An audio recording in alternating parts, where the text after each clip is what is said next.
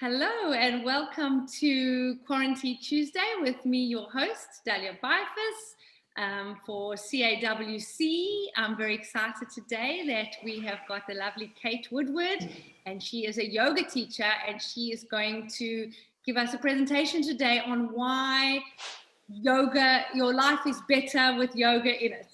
So thank you very much, Kate. Thank you. Thank you. Hi, ladies. Really lovely to be with you today. I've known Daniela for, quite a few years now. I think it's now about 8 years.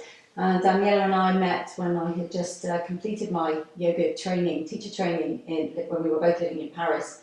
And I started to teach yoga down in her basement. And then one of the silver linings of lockdown is that we could re-find each other because geography was no barrier to holding Zoom lessons. So we re-found each other, and now she is again a regular in my yoga classes. So what I wanted to do today is to give you a little bit of history into my own yoga journey and tell you why I believe my life is better with yoga.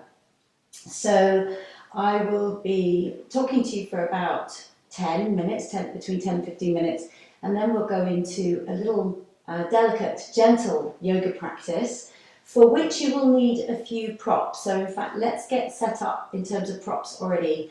Andrea, I know you're in your kitchen at the moment, so hopefully you'll be able to move into a different room, and you be able to see behind me my own setup here. Now, if you don't have, I did send out stuff before, so I hope maybe that filtered through, but if it didn't, don't worry, you can take a few minutes now to run and get it.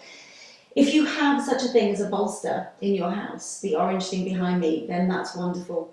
If you don't have a bolster, just grab a pillow. So you'll need a bolster or an alternative to a bolster, and you'll also need some cushions and a couple of blankets. So if you don't have those and you're practicing with me live today, then maybe run off and get them. If you're listening to a recording, then that's fine. You can just press stop and run off and get them and then press start again.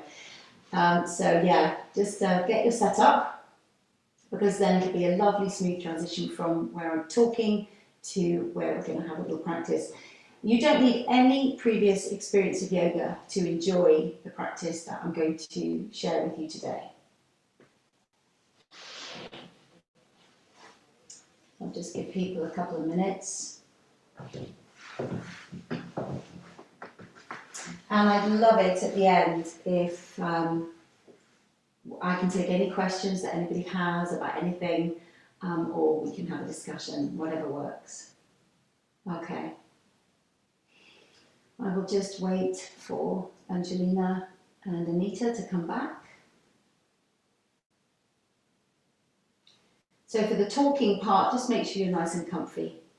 That could mean that you're lying on the floor. Hopefully I won't bore you and lull you to sleep too quickly. I am going to be sharing my screen, so there'll be some slides to look at as well. So sitting up is probably preferable, but do feel free to lean against something if you need to. Okay, Anita, do we have you yet? Not quite. She's obviously run off to get a pillow or something. Okay, we've got Andrea. Give me a show of hands for who's practiced yoga in the past, so I know. This is yes. Okay, Letty, no, not practiced before. You have? Okay. I'm not sure where Anita's gone, maybe to someone else's house. Yes, I have. I have been doing yoga for about 20 years. Oh, well, hands over to you then. You can do the talk. I'm not a true yogi. I just love all of it. I actually did a training, but I don't teach.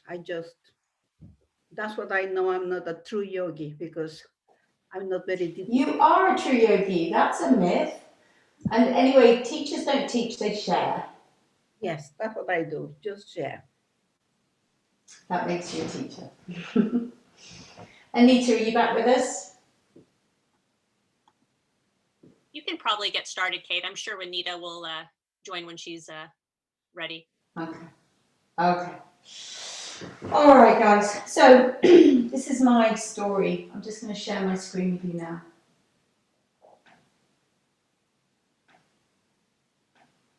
Okay.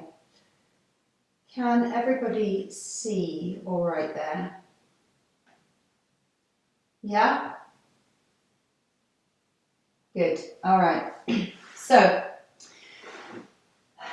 when I set foot on my first yoga mat about 20 years ago, I had no idea at the time of the journey that I was about to embark on and the impact that that would have on my life.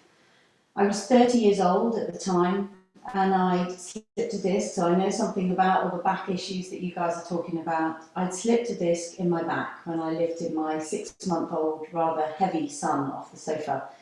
And I was advised by a doctor at the time to take up yoga, or something that would keep my core and my glutes and my legs strong for the rest of my life, and to treat my spine like the fragile piece of glass that your spine is. And thankfully I took his words very, very carefully and very seriously, because he suggested that if I didn't, then by the time I was in my 50s, I would probably be undergoing an operation on a very damaged back. And I'm now 50, and I'm glad I took his words seriously. So at the time I did yoga on and off for about the next 10 years. And then as the kids got older and I had a little bit more time, I took it more and more seriously. And then I eventually qualified as a teacher about 8 years ago. And I often joke with my students that I became a teacher to force myself to have to practice. And that's actually not a joke. I do adore teaching yoga, but not because teaching is necessarily my destiny. I just feel incredibly passionate about sharing yoga with anyone who will listen, because I think the world would be a much healthier and happier and more peaceful place if everyone did yoga. If you already practice, which many of you do, you'll already know that once you start, it's something that just gets under your skin.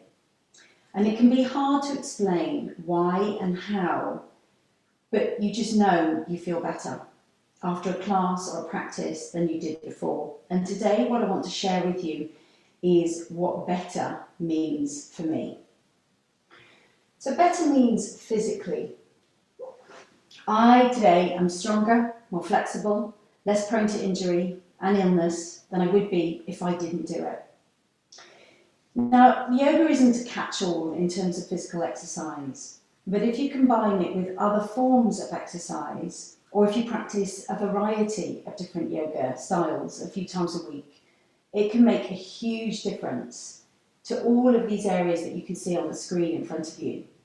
To your strength, to your flexibility, to your fitness, your bone density, really important for women as we get older. Your respiratory well-being, gosh, there's never been a more important time for that. Your circulation, your lymph drainage, and so your immunity, your blood pressure, your digestion, the health of your pelvic organs, your sexual drive, and not to mention your energy levels. So I teach and I practice a few different types of yoga. I teach Ashtanga yoga and I practice Ashtanga yoga, the one you can see over there on the left. Ashtanga, if you haven't done it before, or if you have done it, you'll know what I mean, is very good for keeping the body strong, flexible, and agile. It's very, very dynamic, but it can also be modified so that everybody can practice it as they get older. Hatha, up there on the top right-hand side, what I've just been teaching this morning. This incorporates a really wide range of yoga poses, breathing techniques, mudras, mantras, the whole gambit. With age, I've started to practice what might be termed as well-woman yoga. Yoga that takes into consideration the fact that women's bodies are different from men's. Yoga, at the end of the day, was designed, when it was designed, by men for men, but mostly women practice it in the Western world these days. And women's bodies change. They change over the course of a month, and they change over the course of their life. And well-woman yoga is the type of yoga that respects and honours the changes that women go through. And I think I would speak for all of us that I think by the look of it, most of us are pre, during or post the menopause. And that's a massive consideration for women these days, to keep fit, healthy and active. And Well Woman takes that into consideration. I also practice and teach restorative yoga. You can see a picture of that, looks bliss, down on the bottom right hand side, and that's what I'll be sharing with you in a little while. And restorative yoga, if you've never practiced it, takes us to a place of active rest, where the brain can slow down and we can access a deep state of relaxation.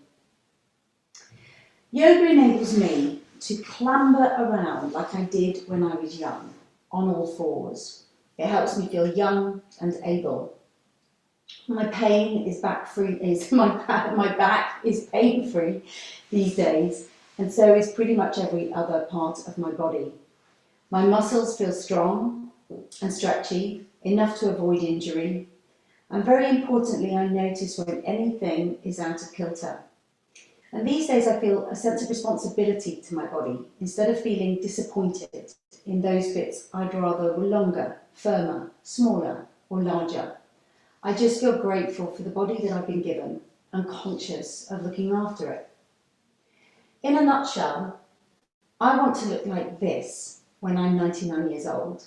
This is Portia Lynch, and until her death last year at the ripe old age of 99, was the oldest yoga teacher in the world, and I think she could probably give us a run for our money. Better also means emotionally. Now, I'm a very sensitive character. I'm prone to overthinking, imposter syndrome, oversensitivity, like I suppose many of us are. And for a while in my life, I was plagued with a pretty unhealthy relationship with food. I had overcome this before I found yoga, thanks to a lot of therapy. But since I've discovered yoga, my relationship with food has utterly transformed. In fact, my relationship with myself has utterly transformed. Food is no longer the outlet for other feelings that I was avoiding, and the quiet endeavour of a yoga practice gives me a beautiful gateway to my feelings, whether I like it or not. Every time I step on my mat, I'm faced with how I feel, physically, mentally, and emotionally. It shows up in my practice, in my breath, and in my poses, and in my energy. And unlike other forms of exercise, I used to be a big fan of running, and I still love running.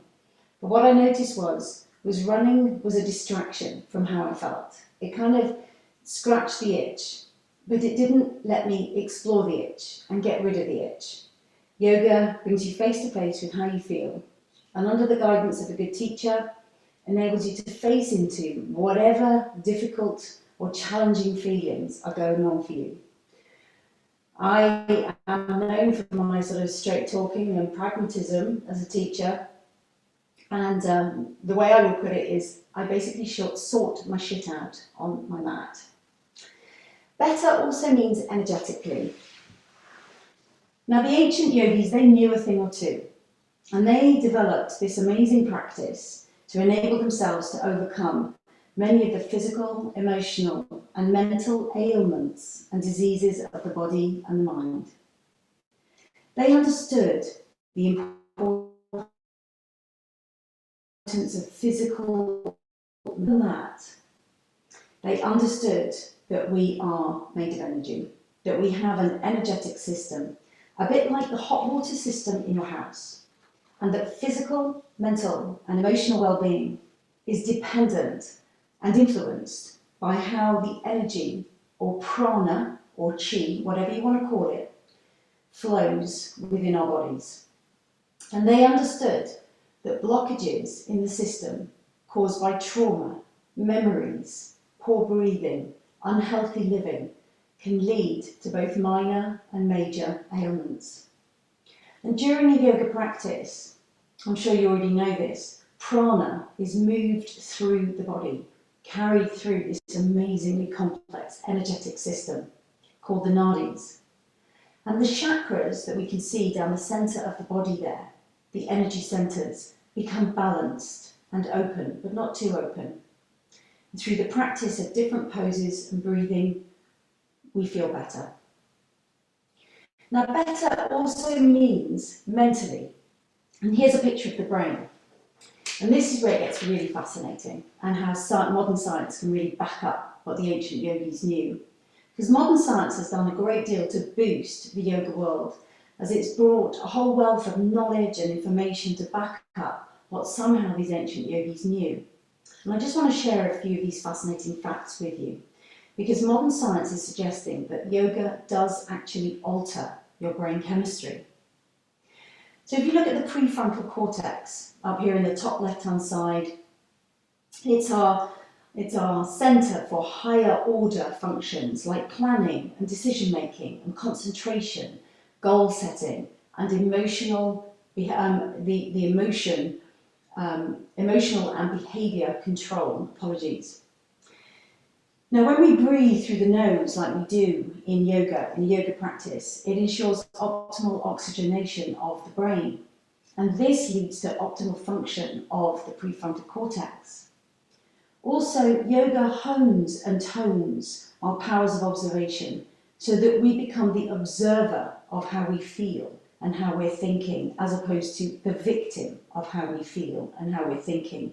And this improves the functioning of the prefrontal cortex. Also, yogis tend to sleep well, and good sleep is one thing the brain really needs if it's going to function well. And then let's come down to the amygdala. Down here on the left-hand side, you can see this is one of the main areas that is attributed to yoga in terms of function. And you probably already know this is one of the most primitive parts of the human brain, responsible for our flight or fight response. It's the chimp in the brain that saves us and sabotages us. Research is showing that people who practice yoga regularly have smaller but perfectly functioning amygdalas. Now, this means that we can still rely on it for fight or flight. So if there is a bear or a tiger trying to eat us, or there is an actual threat, you can rely on your fight or flight response. But what it also means is that you're less likely to be emotionally hijacked. And that's what you have an awful lot of in today's society. Emotional hijacking, where a perceived threat could just be an argument with somebody. It could be too many emails in your inbox. And the amygdala fires off, and suddenly you're producing adrenaline and cortisol, which are incredibly dangerous hormones if you store them and you produce too much of them. So the more you practice yoga, the more you will reduce the size of your amygdala, and the less you will be emotionally hijacked. And ladies, when we start to enter the menopause, this is massive, because one of the biggest factors in terms of how smoothly we travel through the menopause, for lots of reasons, and that can be a whole nother talk in itself, is the degree to which we can keep a lid on our production of adrenaline and cortisol. So that's huge. Then coming down to the insula, you can see it down there as well on the left-hand side. This is a part of the brain that's thought to be instrumental for our overall physical and emotional awareness, i.e. being aware of what's going on in our body at any particular time. And yoga is thought to enlarge that part of the brain. And then lastly, the basal ganglia. This is actually on the top right-hand corner, and it's more associated with sports drills, but yoga also improves the functioning of the basal ganglia. Now, this is the part of the brain that we use for initiation and inhibition. So imagine you're lifting up a cup and you're bringing it, or a thing, and you're bringing it to your mouth. The basal ganglia is helping you initiate the movement, but then when you bring it to your mouth so you don't crash into your face, it's also the inhibiting movement. This translates to willpower. Okay, so when we're reaching for that glass of wine on a Wednesday night, even though we know it's not really going to help us till Friday night, for example, or we're wanting to exercise willpower in the most positive way possible, it's felt that all the initiating and inhibiting moves that we practice in yoga, because we're always reaching to and from, actually strengthens the basal ganglia. So this can lead to an increase in our willpower and our self-control. Lastly, but I think this one's beautiful, we all know about serotonin making us feel good, but what we might not know about is GABA. GABA is an amino acid that's made in the brain, which is fundamental to our sense of well-being. It tends to help us relax more, reduce our stress, give us a calm and balanced mood. It alleviates pain and helps us get great sleep. Studies have shown that yogis can have 27% increase in GABA after just a 60-minute practice of yoga. So all of those things combined together mean that it's no surprise that yoga does actually help you feel better physically and emotionally with all of these wonderful things going on in the brain. Now for me, the more subtle but still very profound reason that life is better with yoga comes from a change in perspective.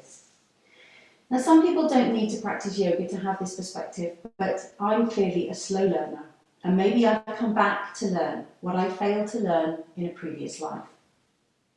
Yoga is a state of being rather than something we do. It's a state of union, of coming back to who we are at our core, free from a conditioned existence, living the life we were born to lead. In yoga and in Buddhism, we refer to a concept called Dharma, which basically means living according to your true purpose. It's a basic law governing the universe, and it's said that if we live our life according to our Dharma, we will avoid the pain and the suffering associated with the wrong way of living. Animals and nature follow this principle. Bees make honey, trees produce oxygen, and the sun shines.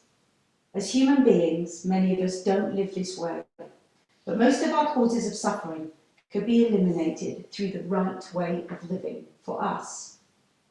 Now, according to the Buddha, to live your Dharma means living according to the Four Noble Truths.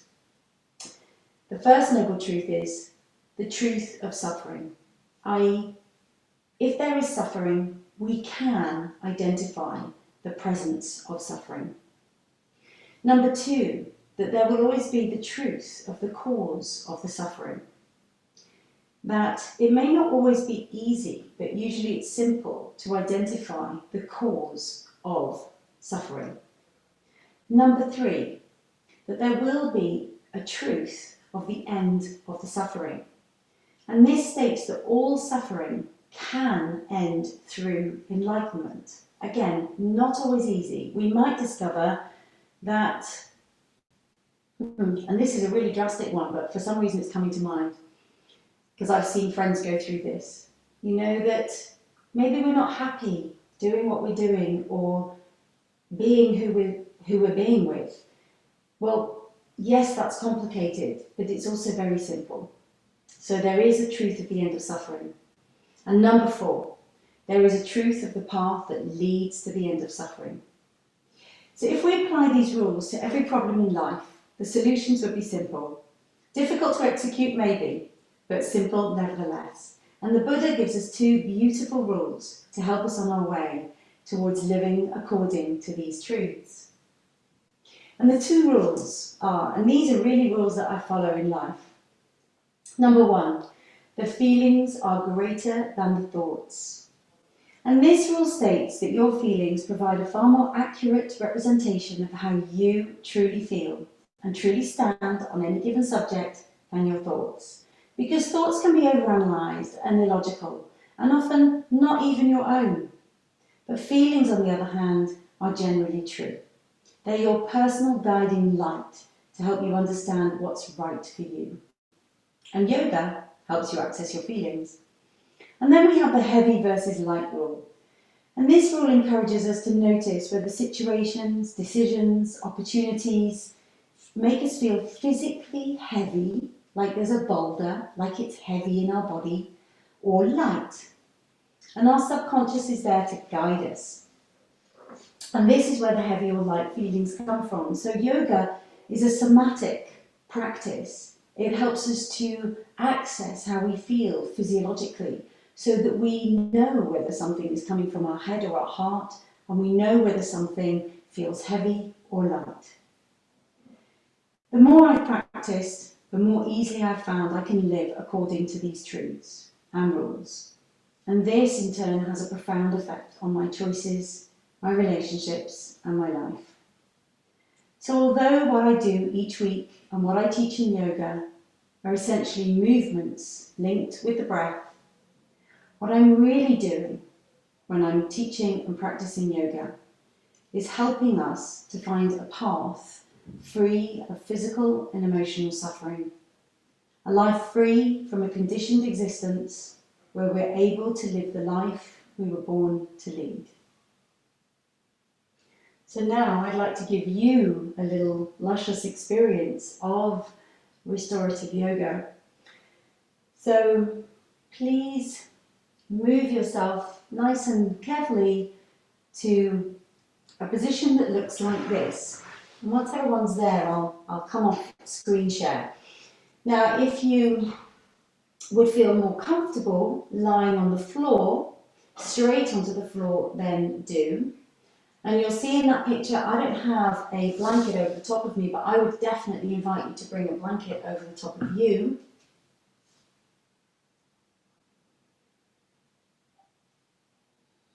And let's find a place of stillness. I'm going to stop sharing now.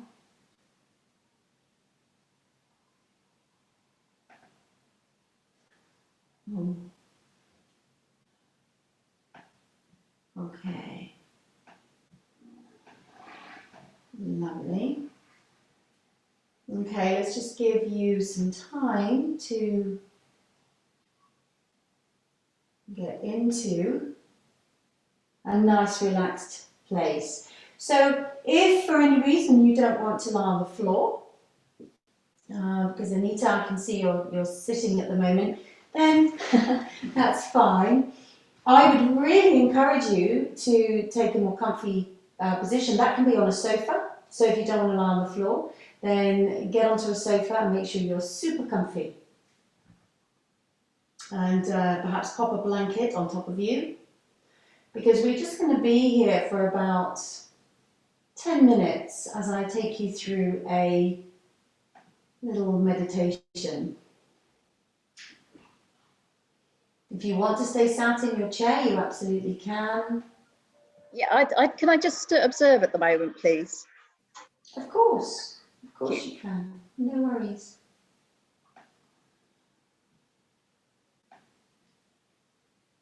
Okay, lovely.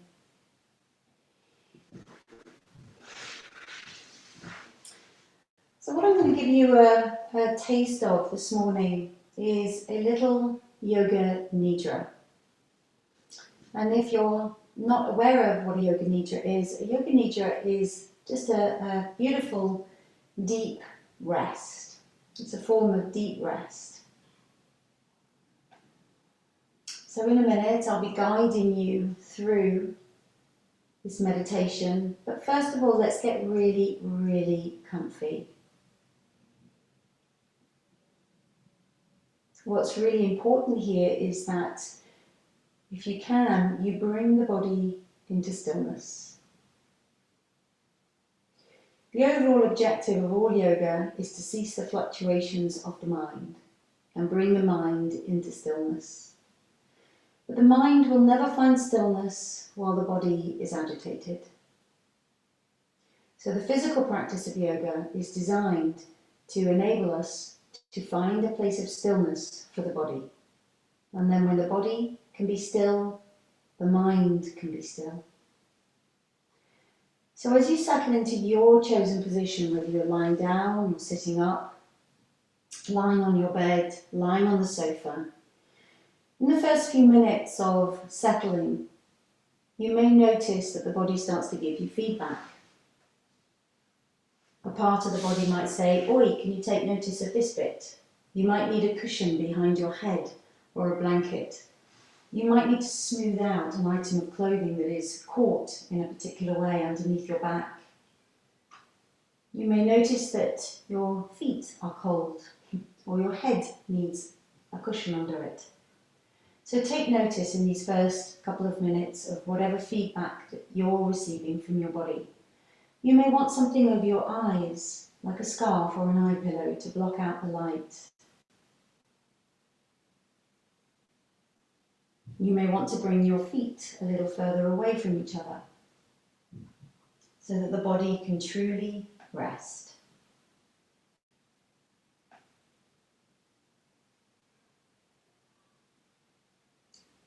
I'm going to take you through a yoga nidra that's going to last around about between 10 and 15 minutes. And before I do, I just want to introduce to you the concept that a short rest is actually the perfect length of time. Up to 20 minutes is the perfect length of time to experience deep rest, even if you fall asleep. If you go beyond about 20 minutes, there's a very good chance that you'll feel very groggy when you wake up, due to the fact that you'll probably have gone into a deep sleep cycle, and then you'll be disturbing your sleep cycle when you come out of it. This yoga nidra, or deep meditation, has been designed to help you achieve perfect rest. Although it can feel counterintuitive to stop and rest, in fact, 10 to 20 minutes of perfect rest can actually result in increased levels of energy, of brain function, a brighter mood, and increased productivity. So if your eyes aren't already closed, I would invite you to close your eyes. And just start to notice the different sounds that are around you in your room. Also the sounds that are coming from outside the room.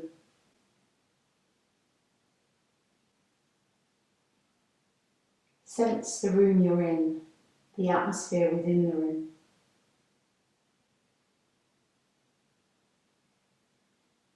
And then bring your awareness closer to the body, inside the body, to the natural movement of the breath. Notice any images, thoughts, or memories that want to surface. And the premise that we're working with today is a very light one, just to welcome everything as it is, to welcome yourself just as you are. Is there a favourite place that you like to be, or somewhere you've been where you felt really at ease, calm, peaceful? Somewhere that helps you centre yourself and feel grounded. Maybe it's where you are right now, or maybe somewhere from a memory. Allow yourself to sink into the feeling of this place. The feeling of being at ease, calm, grounded, or whatever that place of well-being means for you. Notice who you're with, where you are, and take a few moments to just feel it and be in it.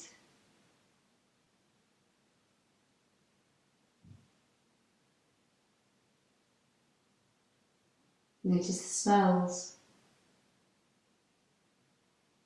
Notice any particular textures you can feel.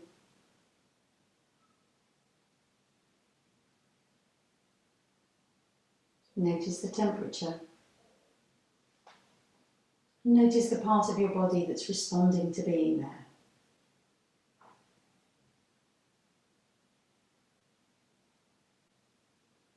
And feel the ground beneath you rising up to support you. Feel the touch points of the ground, or the bolster, or the blanket, and your body. Feel the front of your body and the touch of your clothing on your skin. The touch of the air.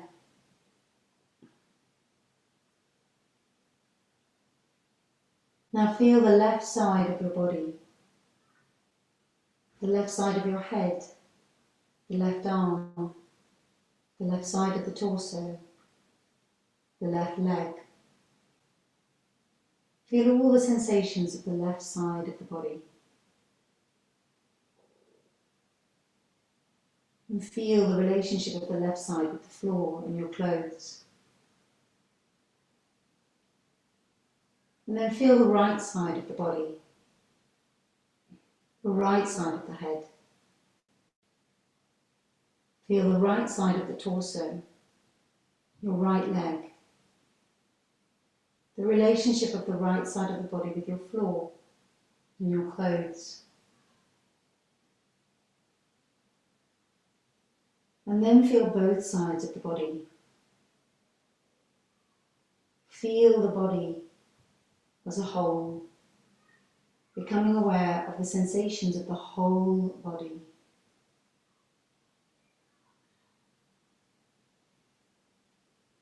Notice the feeling of aliveness, the pulse of life within you, the different sensations that shift and move and change, and other sensations in the body that might appear to be more stable and continuous.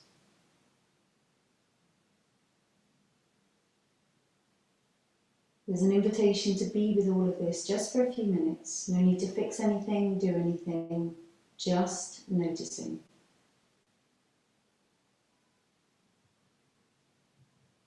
Notice the experience of the body breathing. And notice too how it doesn't need anything special, no interference. You don't need to do anything special, it just happens. Notice that there are 4 distinct experiences within the breath. The experience of breathing in, and then the feeling of the breath turning around at the transition at the end of the in-breath. And then the experience of breathing out, and the moment of turning from the experience of breathing out to the moment of breathing in. Allow yourself to notice the whole breath, and whether there's a favourite moment within the breath. Just noticing.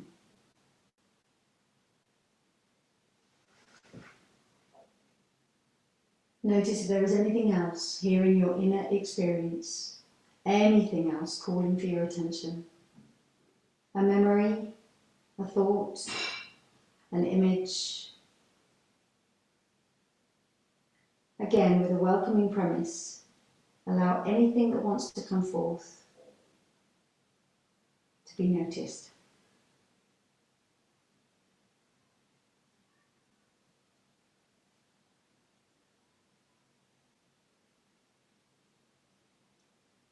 And then inviting your attention to slip back into the transitions within the breath and back into the different sensations in the body.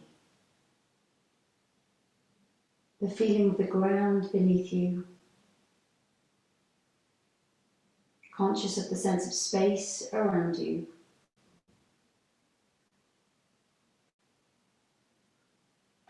And starting to become aware of the sounds that you can hear within the room and outside of the room.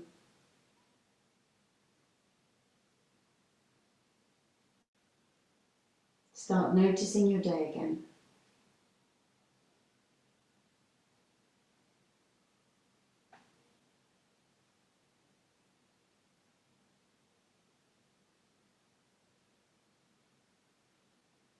Take your awareness down to the fingers and the toes, to the tips of the fingers and the tips of the toes,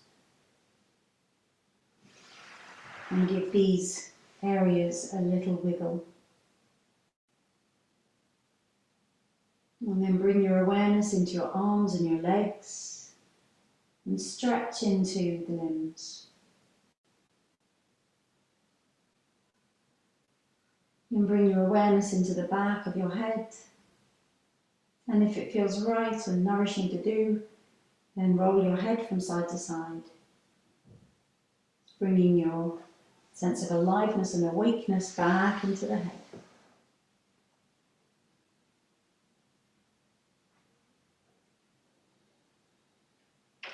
Take some deeper breaths as you bring that sense of awareness back into the day. If you're on a bolster, then you may want to roll over to one side. If you're not on a bolster, you may want to bring your knees into your chest and again roll over to your side.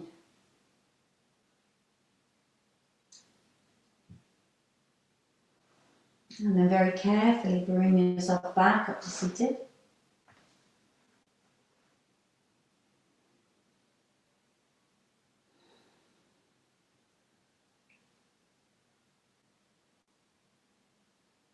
And just allow yourself to sit. And let's seal that little practice of Yoga Nidra with each other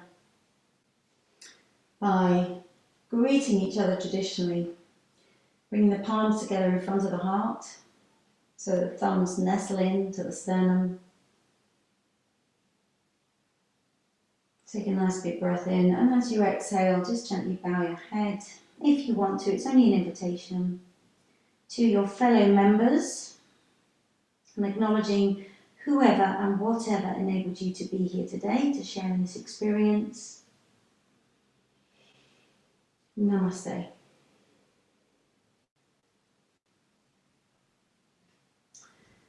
Thank you.